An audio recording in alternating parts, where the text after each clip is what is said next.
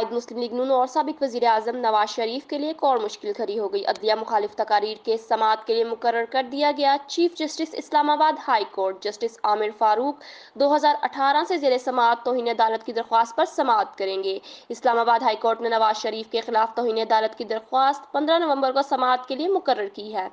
نواز شریف کے خلاف توہین عدالت کی درخواست مقامی شہری عدنان اقبال نے دائر کی تھی۔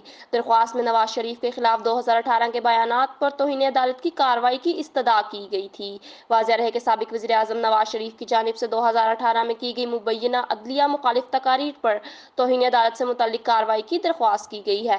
دوسری طرف لاہور پولیس نے سابق وزیر اعظم شہباز شریف اور چیف آرگنائزر مسلم لیگ نون مریم نواز کو عوامی مقامات پر نقل و حمل کے لیے جیمر وہیکلز فراہم کر دیں۔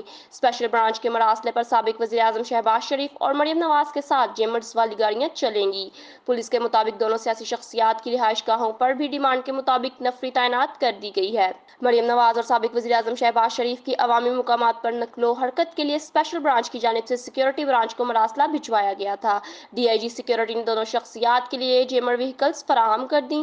سیکیورٹی اسکواڈ کی 4 گاڑیاں بھی مریم نواز اور شہباز شریف بھی موومنٹ کے دوران اسکارٹ کریں گی۔ دوسری طرف ایف آئی اے کے اینٹی منی لانڈرنگ سرکل نے سابق army chief general retired Qamar Javed Bajwa کے سمدھی صابر حمید عرف صابر مٹھو کے خلاف تحقیقات بند کر دی ہیں۔ ایف آئی اے کی ڈپٹی ڈائریکٹر لاء کی جانب سے تحقیقات بند کرنے کا مراسلہ جاری کر دیا گیا ہے۔ خیال رہے کہ ایف آئی اے اینٹی منی لانڈرنگ سرکل کی جانب سے صابر حمید کو 23 نومبر کو طلب کیا گیا تھا، تاہم طلبی کے باوجود وہ ایف آئی اے میں پیش نہیں ہوئے تھے۔ دوسری جانب صابر حمید کے قریبی ذرائع نے دعویٰ کیا ہے کہ سابق حمید کو غلط فہمی کی بنیاد پر نوٹس جاری کیا گیا تھا۔ صابر حمید اور ان کا خاندان 40 سال سے شفاف انداز میں کاروبار کر رہے ہیں۔